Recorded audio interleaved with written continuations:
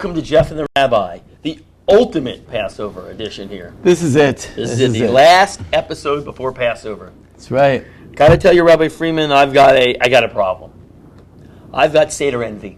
I've got Seder envy. I am just not able to make my Seder work. I try.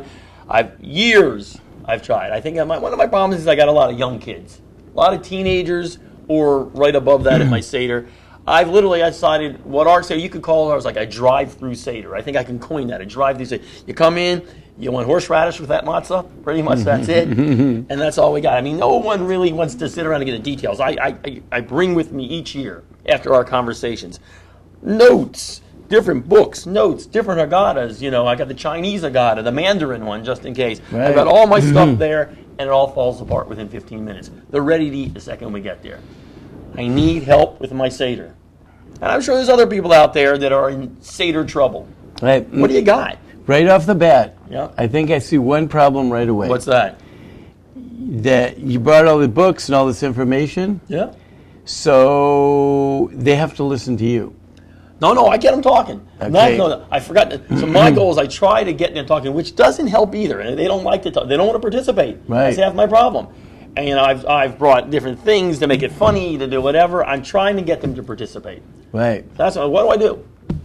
Well, New family? you know, I just came from a bris milah, circumcision. Right. Okay, it's a family. They have a little boy. He's 8 days old. They brought the moel and the rabbi, and we did a nice circumcision and everything like that.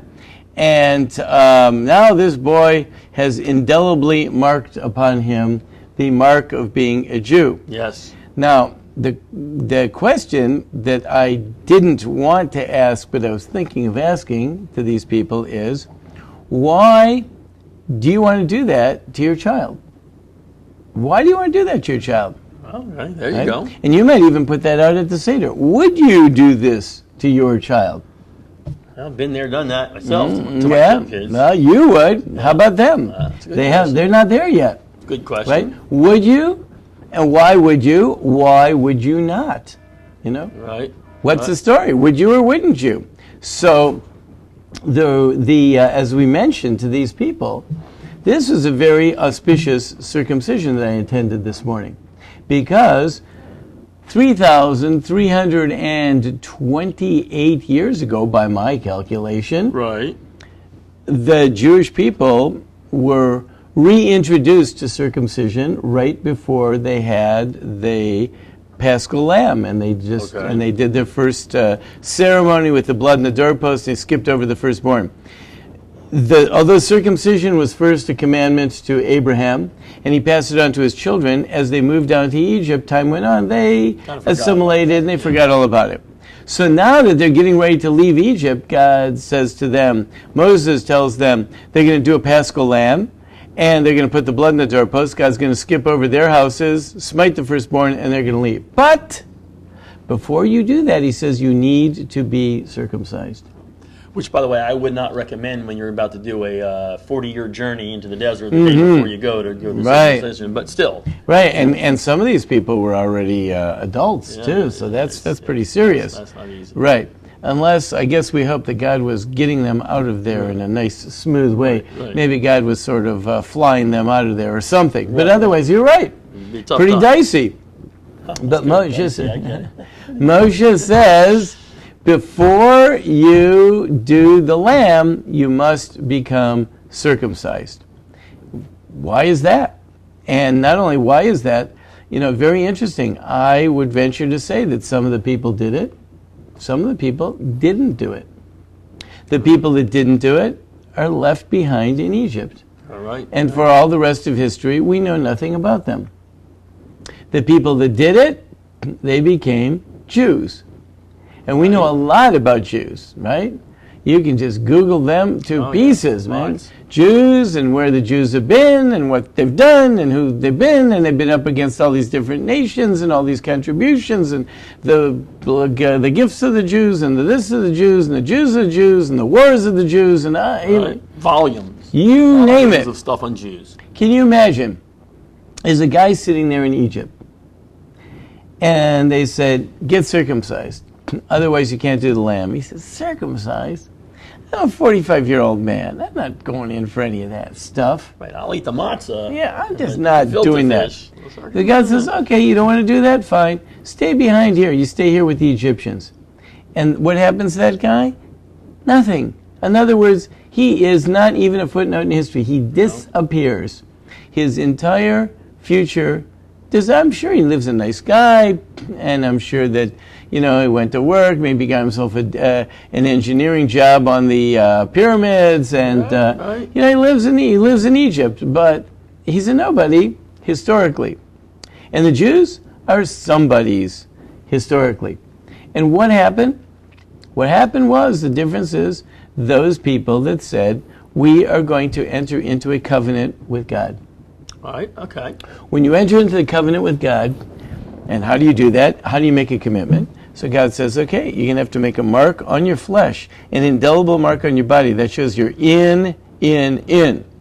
God says, from my side, I will respond to that by making you my most favored nation, giving you this special status. And therefore, the Jewish people go on to have this amazing history, which is unparalleled in the annals of mankind. Right.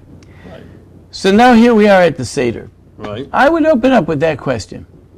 Before they came to eat this lamb, they needed to be circumcised. You, maybe everyone who's here, the males, were circumcised.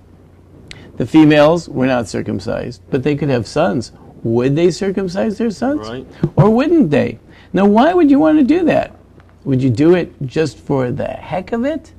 I would venture to say that this couple that just had their child circumcised this morning, I don't know how really religious they are or how observant they are, but you know something?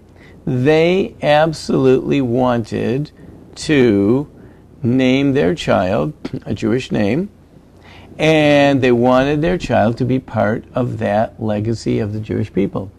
It's the most precious thing around. Right. And to vote out, to opt out, is such a tremendous sacrifice. To opt out. Now you think you're doing well, but you're opting out. You just commit a tremendous sacrifice. So this is where we have to stop and ask ourselves, what would it mean to be not Jewish? Put this question out there. Describe your life today and going forward if you were not Jewish. Okay? Let's say instead of your child being Robert Goldstein III or something like that, right? Say he's Robert Smith III. Okay? Well, he'd be able to mow the lawn a lot better, fix the garage, build things, do things, play football. No, all those things that Jews don't get to do. Right. Yeah. Yeah. Right. I guess so. No, I mean. And and he wouldn't invent ways. Well, that's true. That's a good point. Okay, so. But even more so. Right. Even more so, there's an opportunity here to be a somebody versus just part of the crowd. No, I'm with you there. And that is very, very significant. Now, someone might say, well, fine. Why do I need to be a somebody for it? It's such a pain in the neck because it gets so many downsides to it and so much flashback do you get from so many people. Yeah, no doubt about that. On the other hand, do you really just want to be part of the crowd? No, I'm with you there. I mean, and even worse, do you want to be like an oppressor of the Jews or an oppressor of other people? Say, well, no, I won't be an oppressor. I'll be a nice guy and all that. But, invariably, it turns out that people that don't support him are against him. So stop and think about it. These are questions that the Seder brings up in our mind. What is it like? So if we open up right in the beginning of the story, we say, if God hadn't taken us out, we would still be slaves to Pharaoh in Egypt. Yep. What does that look like? What does that mean? What is life if you talk about it like that? What does it mean to just be a regular part of the crowd? Or, on the other hand, what does it mean to be someone that is really sitting like at the in the driver's seat, as it were, like a focus of the whole world. Sometimes we don't like that focus, but to be a focus of the world, that opens up a question. And people have to talk about why they feel like that, why they don't feel, why don't I want to be part of that, why do I want to be part of that? And they could start to debate that back and forth. Then we move into the story and say, well, what is it? What is that all about? What did God have in mind? Like, what is the special mission of these people? And many times people don't even know what the mission is before they want to opt out. And of course they want to opt out. All the extra burden, and you don't even know what the mission is. There, right? Yeah. If you don't know the benefits, then you don't even know you don't even know what you're supposed to accomplish. So that's where the conversation begins. Right there in the beginning, in the opening paragraph, it says, if God hadn't taken us out of there, we would still be slaves to Pharaoh in Egypt. That is where the conversation opens up. What does that mean, to still be slaves to Pharaoh in Egypt? It's hard to imagine. I mean, Pharaoh's not around anymore. Hard to imagine we'd still be slaves. But what does that mean, to be a slave? And would we be a slave? You have to stop and think about that and describe. What does it mean to be a Jew? What does it mean not to be a Jew?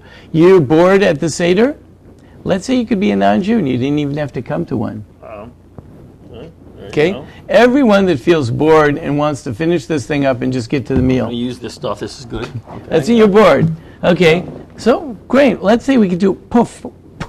You're not Jewish. There you go. Now you don't even have to come. Yeah. Now you don't have to come. Friday night, you could be, I guess, I don't know, what are they going to have, like basketball playoff games, I guess? They could, yeah. You could be catching a basketball playoff game. You don't have to be doing this. But if you're here, that means that there is some reason why. There is something rattling around in there. There's something that says there's something special about this. And that is really important. And this is why when people see me walking down the street, they go out of their way to make some Jewish comment. Right? I think I told you I was standing in line, and as an older couple there, she's got like peroxide white hair, pulled up like on the top of her head and sticking out. And he is an older guy. He's wearing a little some type of hat, and I'm standing there, and she's standing there, and she looks at me and she says, 7 more of us and we'll have a minyan. Pretty good. Well, almost, but yeah. Right. So then he said, they wouldn't count you to a minion. At least he got that in That's there. what he said. And I said, no, when we make minions in the checkout line, we count women also. Good. That's fair. What Diplomat. I like that. What motivated her to do that? Could you imagine? If you don't want to be at the Seder, then every time you ever see a Jew anywhere, don't acknowledge them. You're not part of them. Every time you hear something going on with Israel, don't acknowledge it. That's not part of you. Thank God, you don't have to worry about it. If they don't like the Israelis, if they blow up people in Israel, then you don't have to worry about it. Matter of fact, if you're on campus, you can even get involved in the BDS movement or a protest Palestine, or even I think our government and State Department found out that Israel is, surprisingly enough, discriminates against Palestinians or something to that effect. They do that, and also they discriminate against women too, I read. Yeah, so bad. So bad place. You want to bail? Bail. But if you don't want to bail, then you got to find out, what's this all about? What's this all about? Now, once we look at the story to find out what it's all about, we see that there is a very carefully constructed, tailored plan for the Jewish people to drive them towards a certain goal. And every time they're about to fall off, get detoured, get sidetracked, sidelined, something, God steps up and something happens and it brings them back to their focus. God has this mission. He's got this focus. He wants something to happen. And these people are carrying out that mission. Help out. Give me a little help on the mission there. Maybe that'll help for my mission's my very important. Very important. Understanding the mission. Okay. So ultimately, we want to understand and appreciate that God created this world. If we live in this world understanding that it's a godly place, then it's a better world. It's good for all of us. The mission is to bring all people to an understanding that God created this world and that really our ultimate goal is to be in touch with Him. Now, maybe I don't feel that is my goal. Okay, what is your goal? It makes you think a little bit there, but yeah. Then you don't want, just like the Seder, you don't want to be at the Seder? Tell me what it's like not to be at a Seder. Where would you rather be? You don't have that goal, you don't identify with that goal. What is your goal? So probably it'll be something like to be a good person. You hear that a lot. To be a good person, okay. You want to be a good person? Very nice. What does that mean? What does that mean? How do you decide if you're a good person? Is a good person for the Israelis or for the Palestinians? What does that mean to be a good person? And what does a good person do? And what have you done today?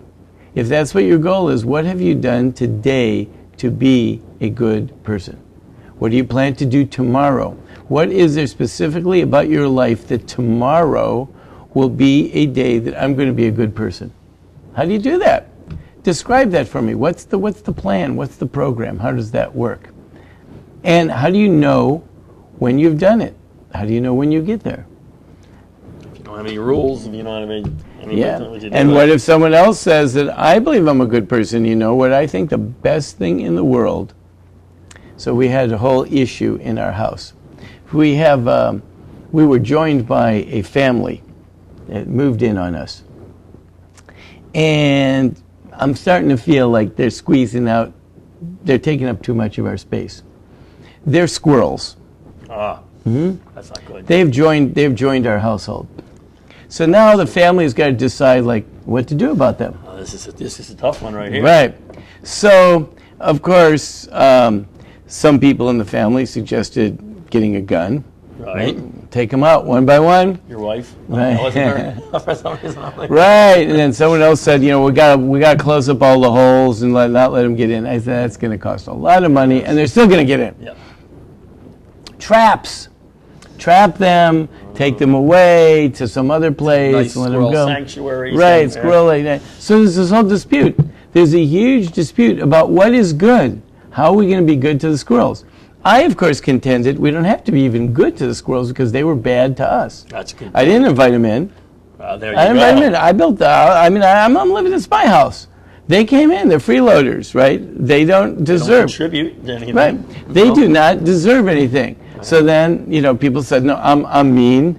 And, I just want to build a wall and keep them all out. And I'm not open to them and sharing them. And I said, I don't know. Here they are. They come in and, they're just like gnawing on the electric wires and stuff like that. And, what the heck? But, so we had a whole dispute about what does good mean. See, good is really, really a fuzzy, fuzzy word. Does good mean helping someone live or helping someone die? When you have an elderly parent, does good mean helping them die? Because by your assessment, they don't really want to be alive anymore? Or does it mean helping them live so they have more life?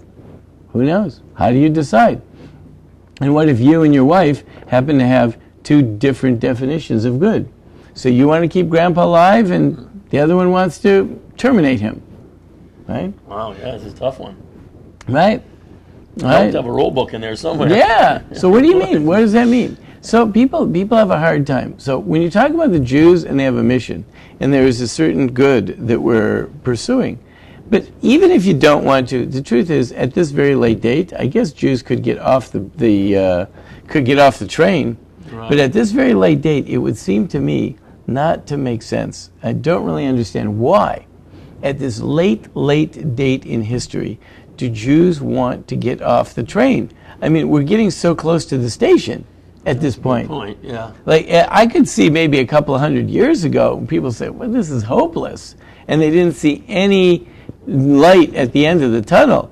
But now, I see the light at the end of the tunnel. We're pulling out. It seems as though, after all these years, we're about to come home. There's something called the State of Israel. There's so much has happened in the history of mankind. And Jews want to bail out at this late date? It really shocks me. Yeah, so the whole purpose of this, you got to find out that you're a Jew and what being a Jew is all about. Right. That's right. So it starts off. We were once idolaters, and we were once idolaters. Yep. Okay. And God took us out of there, and He brought us to this place where we believe in one God. Can you imagine being an idolater? No, Like, not these days, you like can't. what in the world? Why would someone want to be an idolater? Yet people were doing it. Well, there's a lot of other things that we all do in life that are equally, seemingly, as ridiculous. And many times people realize, how did I waste so much time and so much energy until I found out things that are really of value in life? So, again, those are the questions to be posed. People have to start thinking. And then people have to start thinking, take it one more step. Now they think about that and say, well, what has happened in your life that is transformational? What has occurred in your own life that had that event not occurred, you would have gone in an entirely different direction? Everybody has to have one of those. And that's a question that should be posed to everyone.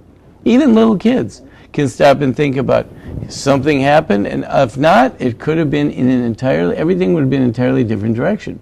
Then you say, well, how did that thing happen? And am I thankful for that? Do I appreciate that? What is the value of my life? Everybody has a story. Everybody has a personal salvation. Everybody got out of Egypt at one time. And that's why the Haggadah says, in every generation, you're obligated to view yourself as though you personally left Egypt. Everybody has one of those stories. So these are all essential questions that should be laid out at the Seder. Do you not want to be here? Why not? Where would you be otherwise? Do you not buy into the mission of the Jewish people? Do you have some other mission? Do you have some purpose in life? You say, well, no. Maybe life is just to live, just to be here, just to have fun. Okay, perhaps. But don't tell me about global warming, which is going to affect the next generation. It's so interesting. We have to worry about the future generations. Right. Because global warming, we're worried about future generations. Now, of course, if someone wanted to have an abortion because it conflicts with the date with their hairdresser appointment. Right. So then I think that the president and the government would stand up for their right to have that abortion. Yeah, I'm sure. Yet when it comes to global warming, we have to think about the future and the unborn, the generations yet to come. We have to save the world for them. Although I may have just aborted an unborn. Except just for that one, but everybody else. Right? How you thinking about them? No, well that's inconvenient for me. But all the other inconveniences that we have to worry about the unborn. So, there's a lot of conflicts in some of these I think we ideas. see now why Rabbi Freeman's Seder goes 4 or 5 hours, because there's a lot of different divergent directions that you can take your Seder. That's right. And people reasons. really have to talk. Here's the rules about the Seder. Wow. The Seder starts off, there was a rule by the rabbis in the Talmud, and it says, the Seder should begin, the telling of the story should begin with our disgrace and end with our glory. And that's what I think everyone should take time to do. Talk about how humble your beginnings were and how you've ended up now, even to whatever point it is. How things could have been so much worse, but yet you had someone there for you, or some event transpired, or you caught some break. Maybe for some people they caught the break of being born into a particular family, or having some family member there for them, or a good friend there for them, or something didn't happen. When they were the friend who was supposed to pick them up and go out for a ride, and then some horrific thing happened, but they forgot to pick him up, and you were left standing there. Everybody has some story like that. Yeah, that's true. And that's important and it gets us to start to look at life entirely differently. And after a while, we see that we all left Egypt. Everybody's left Egypt. And that's what this night is all about. The Jewish people left Egypt, but everybody has left Egypt. And once we see that we left Egypt, and we see how everyone has left Egypt, and we're part of that nation that consistently, historically, over and over and over and over again, had these exoduses from Egypt over and over again. Wow.